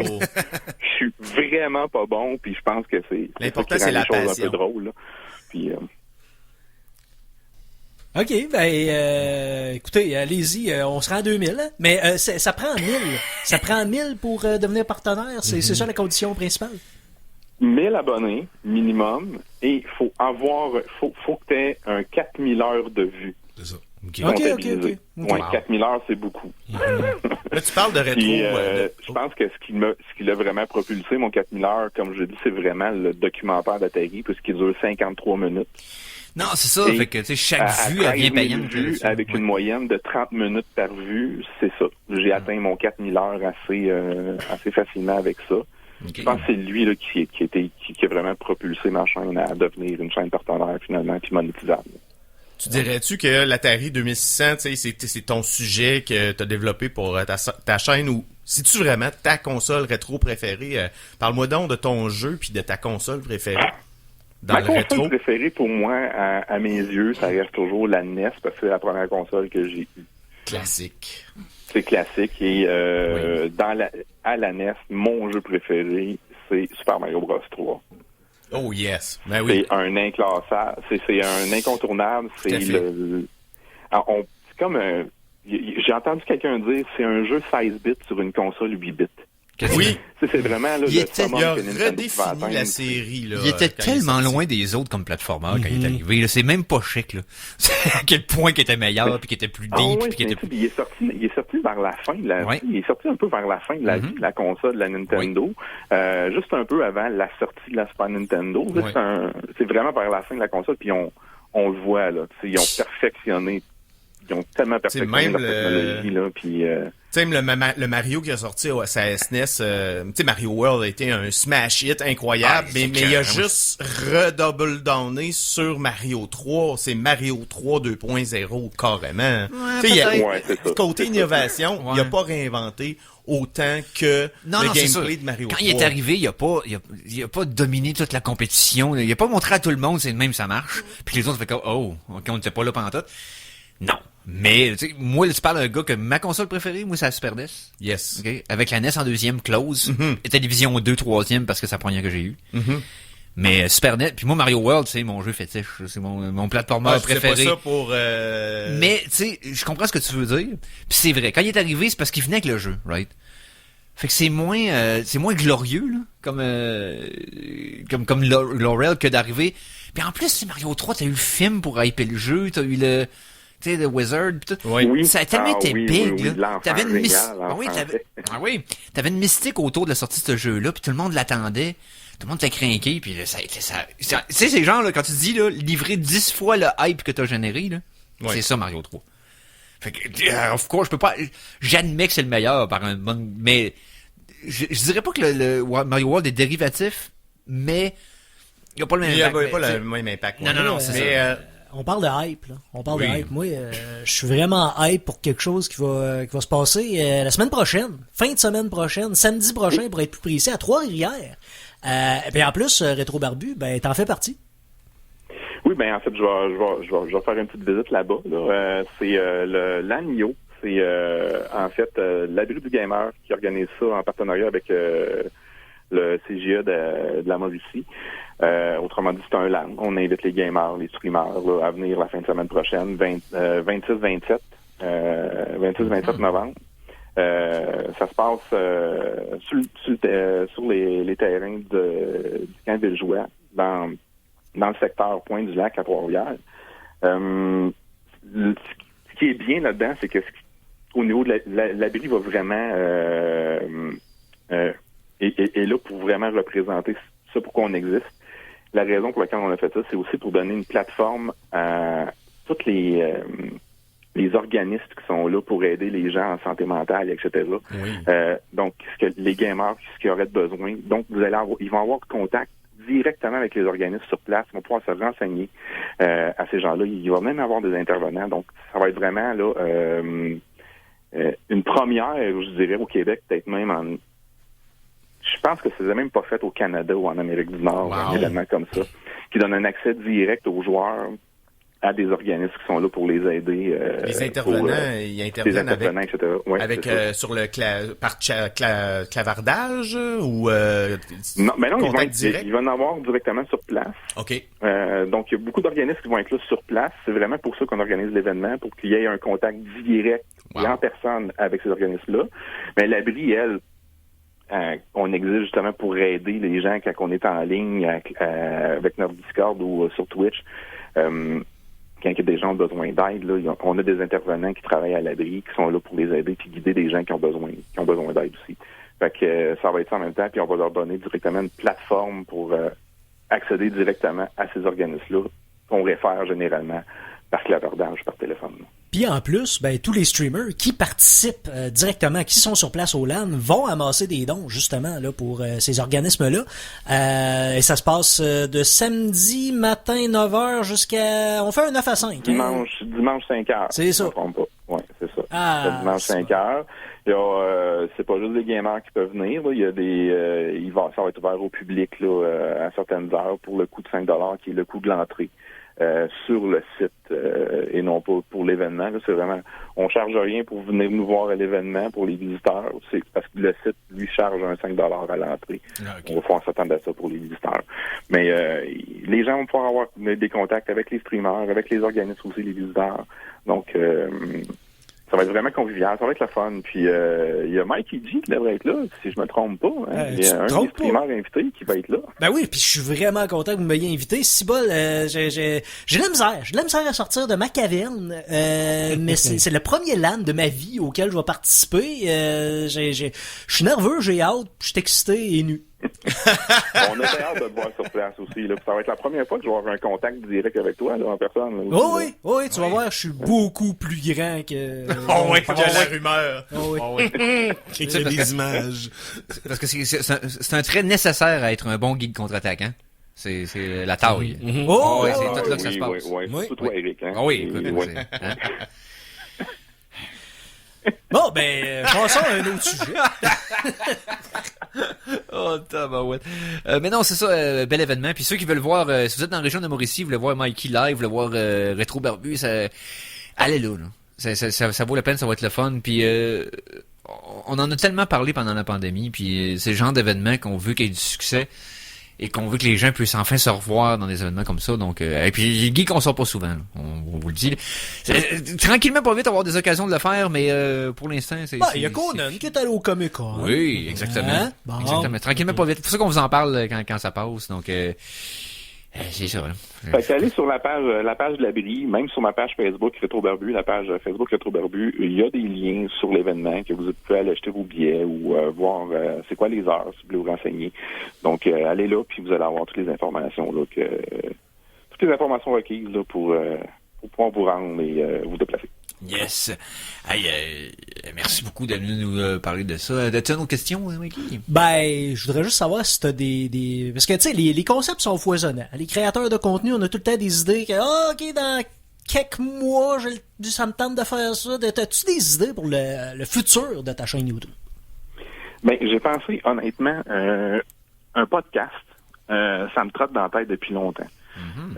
Puis là, participer régulièrement à votre émission ou au podcast d'Arcade Québec, my God, que ça me tente encore, ça me donne encore le goût. Puis, il y a aussi un concept que j'avais essayé une fois, mais que ça m'a freiné parce que j'ai eu un avis j'ai eu un avis sur YouTube de copyright là. Oh. On avait regardé live et réagi à un nanar. Oh, oui. Et c'était une émission que je voulais me partir, c'est une série que je voulais me partir, les nanars du barbu. J'avais même fait une intro sans la coche. Okay. Pour une émission toute, et que j'avais travaillé fort là-dessus. Mais le copyright m'a comme freiné. Mais YouTube est peut-être une formule où est-ce impitoyable. que je vais couper la vidéo au lieu d'avoir comme le film au complet en continu. Peut-être que ça va comme... Ben, nous autres, on a contourné ce problème-là parce que le début du Ciné Geek sur Twitch, on a commencé par YouTube. C'est ça. Ben oui, on avait diffusé Papa est devenu un lutin et je me suis fait ramasser par les copyrights.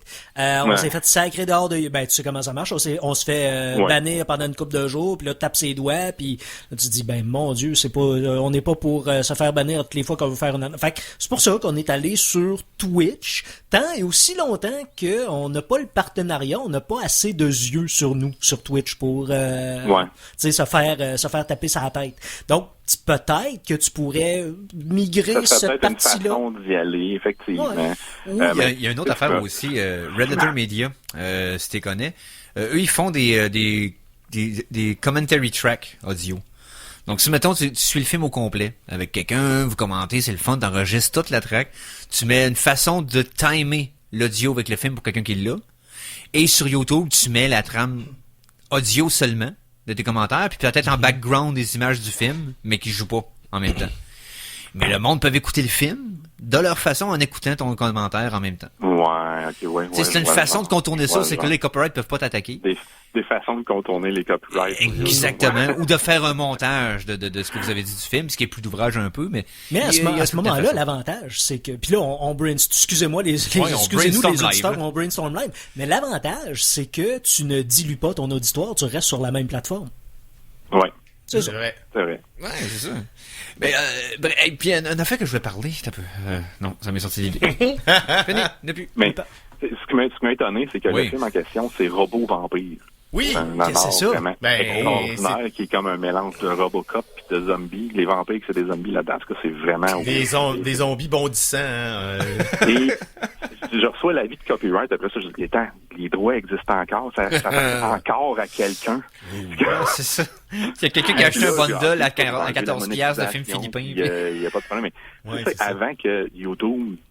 j'avais fait ça avant que YouTube... exige le 1000 abonnés puis le 4000 heures. Ouais. Parce que tu fais commencer avec 10 abonnés puis tu avais le droit d'être monétisé. Mais ça me rapportait rien. Là. De toute façon, j'avais pas assez d'abonnés puis etc. Mais je trouvais pas le fun. On va écouter des dollars en gang, on va niaiser. Puis j'avais même mis le nombre de fois qu'on allait dire le mot en P. Puis ou le mot en G. Tout le long du film, il y avait comme un meter avec une saucisse. Puis, non, c'est ça. On avait dit qu'on allait faire les caves, puis on a fait les caves. C'était très drôle. De toute façon, entre-temps que tu développes ce côté-là de ton projet, nous autres, l'année prochaine, on a de la place pour des invités Ciné Geek, là. Fait que, un rematch de Robot Vampire avec le barbu.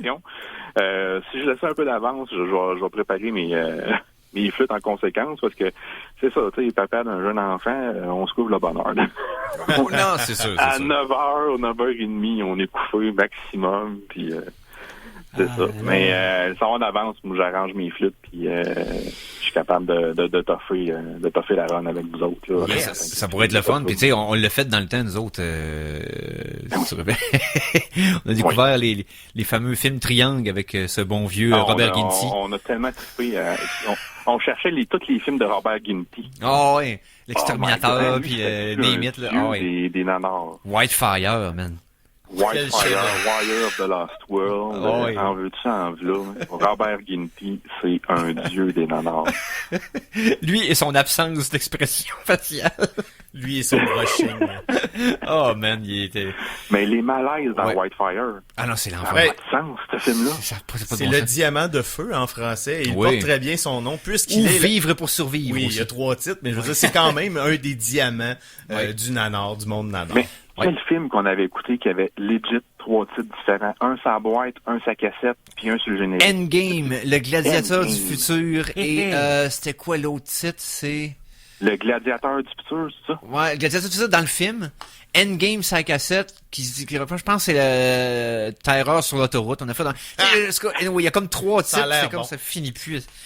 C'est quand son père... Hey, ça a pas de sens, parce qu'ils ont ça a pas de réalisé le sens. film constamment avec un nouveau titre pour essayer de refaire leur cash avec, là, tu sais, tu vois clairement, là, c'est pas tant bon.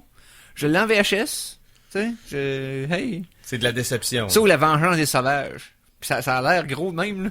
Mais c'est... non. Non? Non. Ok, c'est une des prémisses les plus imbéciles de film poche que j'ai vu ever. Oh boy. Imagine-toi, c'est un policier et son partner qui sont undercover dans le cartel mexicain slash...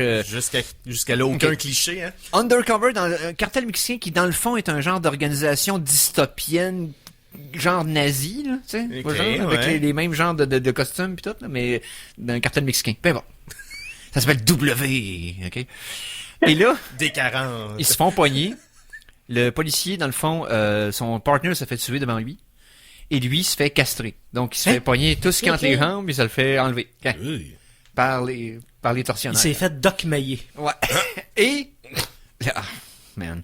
Et, suite à cet incident-là, dans l'intro du film, le gars, tu te rends compte qu'une fois qu'il est remis, puis qu'il est retourné chez eux, puis qu'il a donné une retraite à la police, puis bon, sa vie va être différente, mais il sera plus dans la police. Il commence à angoisser depuis être capable de satisfaire sa femme. Et à cause de ça, il tombe dans une rage meurtrière de se venger de tout le cartel. Wow. Ouais. Ça Il y a repose personne sur dans le sa cartel qui s'est dit, Ouais. on va juste la castrer. Ouais. Il se vengera pas. Jamais il va vouloir se Non, venger. non, c'est ça. On va... Ben, Il non, doit non, récupérer sa virilité à tout prix. Ça a l'air le fun comme elle le décrit de même, là. Mais le film est mais c'est pas bon. Non. Ok. Oh, il y a certaines scènes qui sont drôles parce que tu vois clairement que l'actrice féminine qui fait sa femme puis lui, la fille elle l'aime pas le gars. Elle sait, je sais pas là, mais probablement que sur le plateau elle le sait pas là. L'acteur là fait comme moi, je veux pas qu'il soit proche de moi. Fait quand il est obligé d'être proche puis de se coller le malaise épais là. Wow. Fait là, qui coule de l'écran là. Il y a comme ça marche pas là. Ils veulent pas être dans la même pièce, pas en tout. Non, mais faut vraiment le voir pour le filer, là, pour Ouais. comprendre. Le premier 20 minutes est drôle. Mais après ça, c'est de la dompe. Ah, c'est souvent de même. La Après, c'est job ça de la nanardeur. tôle, son char, il part, puis C'est il ça, tire du 12. Puis c'est le ça. travail de nanardeur. Hein. Des fois, Ah, tu tombes ouais. sur des perles et des Des fois... beaux moments, mais des longs moments de longueur interminable, Voilà. pas écoutables. Mais un de mes préférés, un de mes nanars préférés, ça reste pour moi Pumaman. Là, Oh! Un film de capette. Ouais, hein, un oui. film de capette, comme je disais, dans de Pinicap. Tu sais, il y a une petite cape, donc ce qu'on appelle une capette dans le domaine. Et on avait écouté ça sur la chaîne Twitch, dans le fond, Ouais. on a eu du fun. J'avais jamais vu, moi, mais Pumaman. eux autres, ils pensaient qu'ils startaient une franchise comme Ben oui. Superman. Oh, oui. Ben oui. Ben oui. Un autre Ils film étaient sûrs mexicain, qu'ils ça. startaient une franchise comme Superman. Ah ouais, là. mais écoute, il y avait Ah ben- Blofeld dans le film. Il y avait Donald Pleasance. Qui a mais pas envie quand d'être il là. vole, quand il vole puis qu'il se fait aller les griffes par en avant, là, tu sais. Non, mais tu sais, il Avec vole la- assis. C'est le premier super-héros que je veux voler assis. La toune. La toune était fantastique. La toune est aussi. malade. Écoute, c'est... Ah, ce Wow. film-là, c'est... Oh, c'est- et puis, man, c'est quelque chose. Juste pour te dire un petit avant-goût de ce que vous pourrez retrouver pendant mon stream caritatif. Je vais faire de la nostalgie cringe, de la nostalgie nanardienne, mais plus série, hein, ça va être What the fuck version allongée. Donc on va écouter des Watatatao, des à plein temps, un paquet, Oh my God, à plein temps. C'est les marionnettes. Oui. On a écouté Oh, hier. Hey, Ça a c'était changé. malaisant, ça. Ah non, c'est Très pire que ce que tu te rappelles. Je te confirme. OK? Non. On a écouté hier, là. J'étais allé sur la chaîne avec eux autres, là, puis je te dis, là, c'était comme... Tu comprends pas comment ça a pu exister. C'est un fever dream. J'ai des flashbacks, là, puis j'ai des flashbacks de malaise. Non, non, Hey, c'est on a absurde. découvert, moi puis Mikey, hier, que à plein temps est dans le passe-partout-verse. Oui! Ah, ouais. On l'entend, parce qu'à un moment donné, la madame marionnette, elle garde ses enfants, puis elle a le sac après, là. Puis pendant qu'elle parle au téléphone, puis t'entends une petite toune en arrière. Je faisais comme, c'est une toune de passe-partout, ça. Oh, non. Là, on tend l'oreille, puis c'était vraiment... C'était vraiment Bruno Picanel qui qui chantait les vêtements que je n'ai Mais- pas, blablabla, là. Non. Ça jouait à Radio-Québec, ça. Oui, Oui, Télé-Québec. justement, Ouais, au même Radio-Québec. titre que Passe-Partout, Ben ouais. à plein temps, a été subventionné par le ministère de l'Éducation. Et Non, parce qu'il voilà. y avait une scène, Ouais, entre non. autres, dans l'épisode qu'on écoutait, que la mère a donné une claque à son fils. Puis dans la vraie vie, t'aurais pas pu prendre une actrice pour claquer un enfant de 5 ans, mais vu que c'est une marionnette, c'est pas grave, right? Mais c'est malaisant, là. Donc, pour des enjeux psychosociaux, Oui. pour ramasser de l'argent des enjeux Oui. psychosociaux, quoi de mieux que C'est pour vrai. écouter à plein temps? Ah non, non, puis à plein temps, honnêtement, là, ils ont tous l'air d'avoir ouvert l'Arche d'Alliance, OK? Ah, il me faisait peur. J'avais peur de ces marionnettes-là quand j'étais jeune, là. J'étais Écoute, terrifié. c'était laid. On dirait que le face était en train de Ben là, c'est parce qu'ils sont fondre, là. C'est comme- difformes, parce que le marionnettiste est caché dans les vêtements. Mais c'était leur face. Oui. C'était pas Oh une oui, question non, de mais leur... tu sais, tout mais c'était- combiné. Non, mais ça aurait pu être pas pire s'il y avait eu des faces, mais tu sais, comme Ah non, non, c'est ça. acceptables et non pas freaky. Là, c'était vraiment, il y avait des faces de fondu, là. Il y avait l'air tout d'avoir passé une croix. Là, Non, là, écoute, ben là, je fais ma phase mais de non, gars Mikey, tu vas pas nous faire écouter ça pour vrai. Ben oui, oui, tu vas oui, rire, tu oui. vas aimer ça. tu On vas a voir. beaucoup de plaisir. Sérieusement, la chaîne, ok, je jasais avec eux là sur Discord là, ce matin et ils ont dit, écoute, j'ai jamais ri autant de ma vie. On a fait un rire roton hier. Hey, la marionnette, quand elle se fait claquer, Oui. il y a 2 dents qui partent de la Oh marionnette. my Tu le God! vois pas, mais après ça, tu sais, des trous. l'enfant, il y a des trous dans les dents, Wow. puis tu fais comme crème, elle l'a claqué solide. C'est La comme madame, ça qu'ils apprennent, hein? Il la méritait. Mais, hey, merci de te passer. Marc-André, c'est super le fun. Donc, événement cette fin de semaine, Dernière je me chose, si rappelle, vous me oui. permettez, avant de partir, Oui. écoutez, les vidéos de la série Le Musée du Barbu, je vous invite fortement et j'invite les gens à aller les regarder. Visionnez-les, puisque tous les revenus de cette série vidéo-là vont directement à l'abri du gamer, puisque c'est pour eux que je fais cette série-là. Et aussi, en ce moment, pour le fêter de millième, j'ai un giveaway. Je vais faire tirer parmi ceux qui vont participer au giveaway une cassette Nintendo 500 jeux en un. Et j'ai vérifié tous les jeux, c'est tous des différents jeux. Il n'y a pas un OK, jeu. il n'y a pas de 15 clones de Mario avec une calotte différente, là. Non, il n'y a pas un jeu qui se répète. C'est ça, fait que je fais tirer ça parmi les participants. Vous allez juste aller sur la vidéo du giveaway, vous faites un like, un commentaire, je participe, et vous partagez la vidéo, et vous êtes finaliste pour le tirage qu'on va avoir la semaine prochaine. Et c'est ça, fait que en plus la giveaway, les revenus qui vont être générés pour les visionnements de cette vidéo-là aussi vont aller à l'abri du gamer. Yes. Donc, allez partagez suivre, ces vidéos-là, allez les visionner. Ça va juste être un plus pour l'abri. Puis prochainement, j'ai d'autres musées du Barbu qui s'en viennent, dont un sur la Game Genie. Ça fait longtemps que je travaille dessus. À peu près les mêmes temps. Celui de l'Atari, là, c'est 6 mois de travail d'écriture, de recherche et de tournage-montage. C'est un 6 mois. C'est la vidéo sur laquelle j'ai le plus travaillé de ma vie pour la chaîne. Et la Game Genie, ça s'enligne pour être pas mal en même affaire. OK, donc on suit Rétro Barbu sur YouTube, La Brise du Gamer sur Twitch. Merci vraiment de passer faire un tour et on se rejase assurément. Yes, salut. Yes.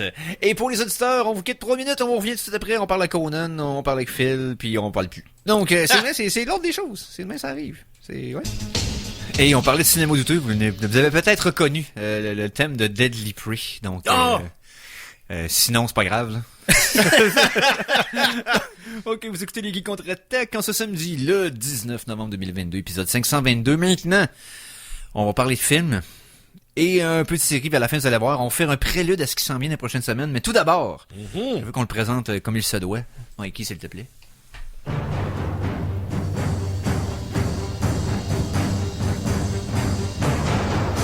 Après Conan le barbare, Conan le destructeur et Conan le bibliothécaire, voici Conan l'Arsenault. J'entends Stéphane se faire mal chez eux, là. Qui se tape sur le chest puis qui s'arrache le poil de d'en face. Donc, Conan, qu'est-ce que t'as vu de cool cette semaine? J'ai écouté quand même beaucoup de choses. Je vais commencer par la chose la plus récente là, que j'ai écoutée avant d'arriver aujourd'hui. Oui. Un film d'animation français qui s'appelle Phantom Boy. Film d'animation avec un style assez intéressant. Visuellement, ça ressemble un peu à des dessins comme de contes pour enfants, si on veut. Mm-hmm. C'est pas un style vraiment américain ou animé japonais. C'est vraiment ça a un style plus proche presque d'illustration de livres pour enfants. Ouais, artistique. Ouais, tu sais, vraiment, on sent beaucoup plus là, le côté artistique dans le design, pas tant dans l'histoire. L'histoire est assez normale, là, si on veut. C'est un petit gars qui comme le cancer et lui a une capacité de pouvoir sortir de son corps et il aide un policier dans une enquête. Tu sais, l'histoire en tant que telle est correcte, là, c'est pas... Mais ça reste quand même bien touchant. Les voix des gens sont très bonnes. Il y a entre autres, je veux dire... l'acteur qui fait Astérix, qui fait... non. Ben, il fait Astérix, là, mais il fait aussi le scribe dans Mission Cléopâtre, là. Damien... non, pas Damien. En tout cas, le gars qui dit « Je vis la vie et je... » Ouais, Phil va nous trouver ça. Il y a Jean Renaud aussi qui fait une des voix. Oh, Jean Renaud. Ouais. Donc, honnêtement, pour un film d'animation... Édouard Baird, exactement, merci. OK. Donc, un petit film d'animation quand même... pour toute la famille, là, vraiment, là, tu sais. Okay. Mais c'est un petit peu tristounet quand même. Mais c'est bien fait, c'est correct, là. Mais c'est, tu sais, t'écoutes ça... Tu sais, moi, je l'ai écouté, puis c'était correct, mais mettons que c'est vraiment plus un film familial. Okay. Même si, tu sais... Il y a des trucs un peu plus intenses si on veut, mais en tout cas non, ça, honnêtement, pas mauvais du tout. Nice. Sinon, j'ai écouté aussi un vieux film des années 90, The Last Supper. Donc ça, c'est une gang d'étudiants idéalistes qui décident de tuer du monde, qui eux décident non souhaitable à la société. Donc ça commence... eux autres, ils ont fait un choix, là. Ouais. On sait c'est qui mérite. Ils décident de... Parce que tu sais, au début, ça commence qu'ils reçoivent quelqu'un souper dans le... Je sais plus dans quel cadre... Je pense que c'est dans le cadre d'un de leurs cours de... amener quelqu'un souper qui est pas dans ton idéologie. Là. Un dîner de con version meurtre. Kinda. Parce que tu sais, ça commence avec quand même quelqu'un qui a des visions extrêmes sur les races. Ça fait comme ça. Puis là, eux, ils se demandent, mais tu sais, ce gars-là, c'est clairement un problème dans la société. Là, si on l'enlève, la société va être un plus overall. Et ce faisant, comme à chaque fois, parce qu'ils en prennent pas juste un, ils en prennent plusieurs. Puis à la fin, c'est vraiment rendu comme la fille est juste un peu conne. Non, c'est ça. La fille est vraiment juste comme, ben là, j'étais pas sûr si je voulais un hot dog ou un burger. Là, ils sont là, on va te conne, on va te tuer. Puis tu sais, ils sont complètement... Non, mais c'est ça, là, c'est comme c'est une pente glissante, puis éventuellement, tu peux pas... Là, ils ont pris une débarque. Honnêtement, 90 dark, bien. Il y a Cameron Diaz, Ron Perlman, puis Bill Paxton là-dedans. Exact. Cameron Diaz qui est bon là-dedans quand même, d'ailleurs. Ça arrive pas souvent? Non. Diaz est plus souvent... Mais ça, c'était en début de carrière. Ouais. Fait qu'elle était comme, tu sais, elle était eager, hein, elle voulait. Ouais, elle mais je te dirais qu'elle est plus souvent pas bonne, puis elle drague souvent le film à son niveau plutôt que l'inverse. Ouais. Je veux dire, Gangs of New York serait meilleur si elle était pas dedans. Ouais, non, mais là, c'est pas un film de ce niveau-là, là. Non, je sais. On n'est pas pantoute dans les accidents, dans les sphères. Du genre ouais, je suis d'accord, malheureusement. À part peut-être John Malkovich. Mais je veux dire, sa présence dans la masque fait en sorte qu'elle est inoubliable. Tout à fait. Tu peux pas avoir... Le masque serait moins bon sans elle. Oui, parce que tu l'as limité à peu près à 20 répliques top. Fait que oui, non, correct. c'est ça. Voilà. Mais ouais. En tout cas, après ça, j'ai écouté un film assez particulier que j'y repensais quand même pas mal.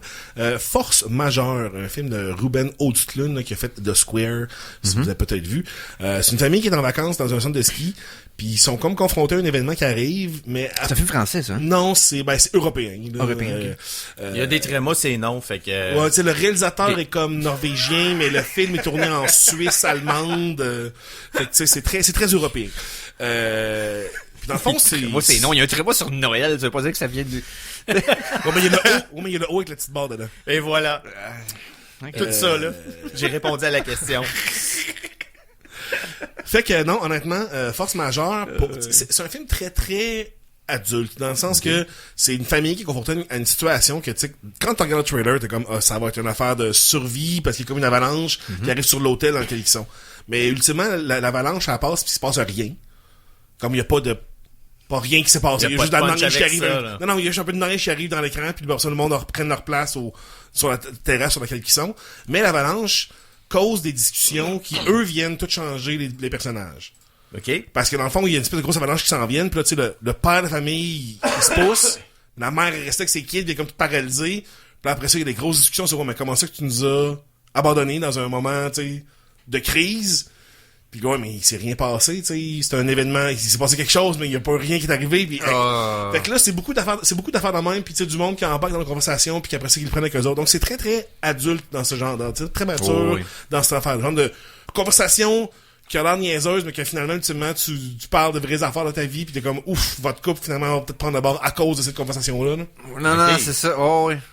Ça redirige la conversation vers le sérieux. Qui en dit beaucoup trop sur ta personnalité, là. Genre. Tu sais, c'est genre que tu te compromets dans une situation, c'est que la décision que t'as prise, t'es pas capable de te défendre comme du monde, t'es peinturé d'un coin forever. Exactement.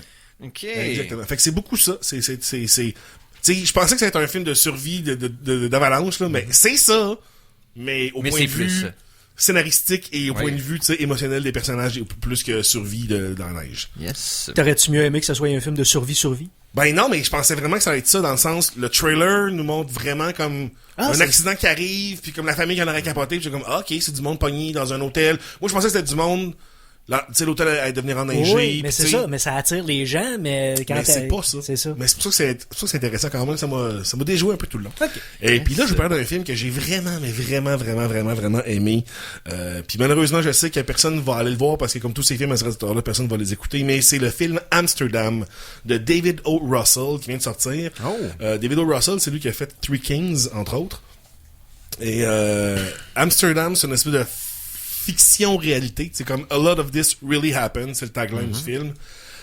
Et on suit un trio d'amis qui sont Christian Bale, le fils de Denzel Washington, j'oublie son nom toujours. Tenet Washington, boy. Et puis Margot John Robbie. David Washington. David. C'est mal prononcé. John David Washington et puis Margot Robbie, qui sont comme un trio d'amis. Qui se rendent compte qu'ils vont à Amsterdam, puis après ça, qu'ils doivent revenir aux États-Unis. Donc, Christian Bale doit venir aux États-Unis. Comment dire? C'est vraiment ces genres de dialogues. Les dialogues sont toujours one step ahead of you. Tu comprends comme rien. Parce que le monde parle, t'es comme, hein? Puis le monde se parle avec des gros sous-entendus, puis ils font référence à des histoires qui est arrivé avec les autres comme, hey, c'est comme la foi de la shot, puis les deux complètent. Tu sais, puis le monde se parle pas comme ça dans la vie, c'est pas des dialogues que je qualifierais de réalistes nécessairement. Mais t'arrives dans le milieu d'une situation. Mais t'es toujours un peu... Il faut que tu catch up. Faut que tu catch up. Le film attend pas, le film te prend pas par la main pour attendre que tu comprennes. Okay. C'est comme, puis à la fin, tu comprends tout parce que tout converge vers une seule situation. Puis vraiment, encore une fois, là, ce qui est intéressant de ce film-là, c'est vraiment les dialogues, les personnages. Ça se passe après la Première Guerre mondiale. Donc, tu sais, 19-20. Ça parle un peu de la montée aussi du fascisme en Europe et aussi aux États-Unis. Oui. Puis tout avec des vraies affaires qui se sont vraiment passées, des vrais noms de personnes, des vrais noms en tout cas d'événements. Le casting de la mort. Il y a tellement d'acteurs qui veulent travailler avec Russell. Ce gars-là, c'est ça fait partie des réalisateurs que tout le monde se garoche. Comme Wes Anderson. Tous les acteurs veulent au moins avoir fait un film avec Wes Anderson, au moins un avec Scorsese, au moins un avec, tu sais. C'est vraiment ça. Oui. Tu sais, quand je dis le casting de la mort, là, c'est vraiment, ça arrête plus. Ben, là, comme, Rami Malek, Zoé Saldana, il y a Taylor Swift, il y a Mike Myers, il y a Chris Rock, il y a Anya Taylor-Joy, Michael Shannon, Timothy Olyphant, Taylor Swift, ça l'arrête plus, là. Les faces connues, c'est un après l'autre. Puis tout le monde est bon. Tout le monde est super bon. Vraiment, là. Puis Christian Bale, tout le monde est super bon, mais Christian Bale sort du lot. Il est tout croche tout le temps parce que c'est une espèce de scrappé de la Première Guerre mondiale. Fait que, il est comme un œil en vitre. Wow. Il est comme une espèce de corset autour de lui, puis il est tout fucké, puis quand il est tout mince, puis quand il est toujours tout croche quand il regarde les affaires. Ah, vraiment, là, Christian Bale s'est arraché son œil pour vrai. Ouais. Pour jouer le rôle. Je serais même pas surpris. Mais Yes. honnêtement, c'est le fun, c'est clever, c'est politique chargé sans être too much. C'est oui, évidemment, ça parle de la montée du fascisme et du fascisme, Oh, oui. mais ça essaie pas de mettre tout le monde comme vous êtes tous des fascistes. Non, Tu sais, exactement. C'est comme clever. Ça s'en sert comme backdrop. Actuel, en plus. Oui, oui. Ça sert comme backdrop, comme Wes Anderson avec Grand Budapest Hotel, t'en es servi. Genre. Oui, c'est le backdrop de ton histoire, puis c'est quand même important, mais c'est pas de passer un message via l'événement Tu sais, historique. y a pas Trump, là. Tu comprends? Non, c'est ça. Ils ont pas mis un dude, là, qui s'appelle Vrump, pis genre, c'est comme... Mais non, honnêtement, là, Amsterdam, clever, Yes. c'est le fun, puis la reconstitution historique est vraiment... Je vais aller voir comment elle a été produite, parce qu'il y a des shots que je comprends pas... Comme c'est peut-être tout du CGI, là, mais la rue est vraiment intensément bien faite. Si le t'es studio, pas capable de me dire que c'est du CGI à pied levé comme ça veut dire que... Ben, il y en a, au c'est pire- sûr. Il Oui. y en a partout maintenant. Mais s'il est bien Mais fait... à quel point, parce que tu sais, il existe là, des studios qui sont des gros lots de même de vieilles films, mais là, des fois, je suis surpris. L'important là, avec le CGI, c'est qu'il passe free. Exact. Tu l'oublies. S'il est invisible, il est parfait. C'est ça, c'est le but, Voilà. c'est qu'on ne le voit pas. Yes. Donc, vraiment, là, tu sais, Amsterdam, là, c'est mon gros coup de cœur. Tu sais, je trouve que cette Nice. année, on a vraiment Oui. des bons films. On est gâtés en 2022, là. On a vraiment des films qui sont incroyablement bons. Cinéma is back, baby. Puis que c'est pas juste des suites, là. Oui, il y a Non, des non, c'est bonnes. ça. Et oui, il y en a, des J'ai suites, là. Mais une tu sais, suggestion pour toi, je sais pas si tu Oui. l'as vu, mais j'en ai entendu que du Vas-y, bien. vas-y. Banshees of... Ça, c'est tu parles du film avec, dans le fond, avec Colin Farrell Merci, et oui. Brendan Gleeson. C'est ça. The Écrit par, Banshees of Ah. Inisherin Oui. ouais. le film de Martin McDonagh. Qui a fait avec qu'est-ce Colin que- Farrell. Avec Colin Martin Farrell. McDonagh, qu'est-ce qu'il a fait déjà? Ben, c'est le gars qui a fait In Bruges, puis qui a Ah fait oui. 7 psychopathes, Je puis te le suggère Three fortement. Billboards. Ça a l'air, c'est très bon. Ouais. Ben, ça, Yes. c'est genre de, ça prend des sous-titres. Les Ouais, accents les accents ont l'air irlandais ont l'air assez tech, là. mais ouais. débilement piques, là. Mais ouais, cool, merci, Mikey. Yes. Hey, on va passer en musique, parce qu'il y a quelque chose par rapport au film que je veux parler. Ah! De la semaine. Et là, je rends hommage à mes collègues ici en studio. Là, je parle de Philippe Jacques et à Mike Kidji. Dû à nos péripéties de Cinégeek sur Twitch.tv récentes. OK. Le dernier Cinégeek bêta que j'ai fait, pour le film que le public a voté. Oui. On nous a fait écouter une prequel qui en est pas une. On nous a fait écouter le premier d'une série dont le 2 est un classique parmi les classiques. Troll 2 et la suite. Puis tu sais, c'est devenu un meme, c'est un des premiers memes sur Internet. Ah oui. Oui, c'est exactement. Et qui est un film pas bon de classe galactique. OK, c'est comme Troll 2 là, il est au top de la montagne puis regarde les autres puis venez-vous-en. Level C'est- Oméga. Oh, exactement. Avec des sorcières hystériques. Et on s'est tapé Troll Du popcorn. 1. Troll 1 qui est réalisé par Charles Band, Empire Picture, puis le premier rôle au cinéma de Jennifer Aniston? Non, Elaine dans Julia Seinfeld. Ah non, Louis Jennifer Aniston, Dreyfus. c'est ça, Ouais. c'est Et le voilà. cœur, le même. Julie Dreyfus. Mais dans ce film-là, il y avait de la musique. Il y avait une toune. Ben oui. Composée par Richard Ben. On vous avait parlé que la toune existait. On va la faire jouer. La toune s'intitule, et là, je vais jouer le bon titre parce qu'il est ici, là. C'est de Charles... Merde. Je peux la dire. Non, mais je l'ai là. C'est Richard Ben, Cantos profané. Donc des trolls qui chantent avec des champignons qui font les bacs vocales. Honnêtement, c'est malade. On écoute ça au Geek contre-attaque. Et on vient d'entendre la pièce, c'est quoi, Cantos profané de Richard Ben, tiré du film Troll de 1986. On avait du fun à l'écouter. On vient encore avoir du fun à l'entendre. Champignons. Ben oui, des Mignon, champignons qui chantent. mignon, Mignon. C'est mignon, champignons, ça rime. Phil, avant de terminer le show, il nous reste un petit 3 minutes. Oui. On va faire un prélude à ce qu'on va vous jaser la semaine prochaine. Oui. Il nous reste un épisode avant la fin de la série Andor Yes. sur Disney+. On avait discuté un petit peu, mais pas encore beaucoup. Okay, On avait attendait. 3 épisodes Ouais. les 3 premiers. Le dernier coup que j'étais venu pour en parler. Et là, on est 11 sur 12 cette Oui, semaine. et mon opinion a beaucoup changé. Après 3 épisodes, je te disais que le pacing était lent, c'était un peu boring par moment, mais que le cœur était là, puis qu'il y a peut-être quelque chose d'intéressant qui s'en venait. Et toi, t'étais un gros fan Ah, déjà. j'étais à côté, T'étais moi. déjà... Oh, oui. J'ai évolué vers ton opinion. Si vous avez quitté la série Andor après 3-4 épisodes, essayez de terminer avant la fin parce que malheureusement les ratings sont pas là pour Disney. Pour Disney+, c'est moins un succès qu'ils pensaient, et pourtant, plus t'avances en série, plus l'écriture c'est s'améliore. excellent. Parce que c'est des payoffs qui ont besoin d'être build-upés longtemps pour avoir de l'impact. Puis c'est Il y en bien a des écrit, petits c'est bouts. bien acté. Puis il y en a des petits bouts très très Star Wars-y, sont plus là, sont moins dans ta face. Mais la série s'appuie pas là-dessus pour tout. Tu comprends? C'est Voilà. pas sa fondation. C'est ça. T'avais l'impression que Obi-Wan, mettons, reliait beaucoup sa nostalgie, parce que sans ça, tout tombait comme un jeu de cartes. Voilà. Tu sais. Puis pas Andor ici. peut tenir sur ses propres jambes. Je dirais que c'est le côté backstory puis le côté acting qu'on n'a pas eu pour Rogue One, qui aurait été un film parfait pour moi s'il y aurait eu cette dimension-là. Et les deux combinés ensemble, là, c'est un bon prélude à Rogue One. Et c'est surtout une excellente série de Star Wars. Une des meilleures qu'on a présentement. Meilleure version de l'Empire à date. Là. On vous en parle la semaine prochaine, parce que dans le fond, ce que je veux faire, c'est qu'on y aille un peu par épisode. Et en même temps, là, j'ai tellement hâte à la finale. Là, c'est capoté. Puis, parce que de tous les angles, c'est un peu à la Game of Thrones. Tu suis plusieurs personnages à différentes factions, différents endroits, où ce que leur histoire va culminer ensemble. Je suis tellement intrigué de voir ce que ça va aller. C'est meilleur que Rogue One. Indigeste qu'on a de la misère à suivre, là, vraiment facile à suivre parce que c'est bien écrit. Meilleur que Rogue One, oui. Je te dirais que Rogue One avait toutes les scènes d'action que Andor a pas, malheureusement. Exact. Mais excellente série, suivez ça. Il reste un épisode mercredi prochain que ça sort. Oui. Fait que c'est un rendez-vous. Yes. Hey, merci d'être passé, Philippe. Ça fait plaisir. Yes, on remercie Marc-André Genet, alias Rétro Barbu, d'être venu nous voir en entrevue. Merci à Conan Arsenault. Merci à toi. Merci à Mikey G. Ça m'a fait plaisir. Je vous laisse les pitons la semaine prochaine. Moi, je vais l'année. Tu vas l'année? Oui.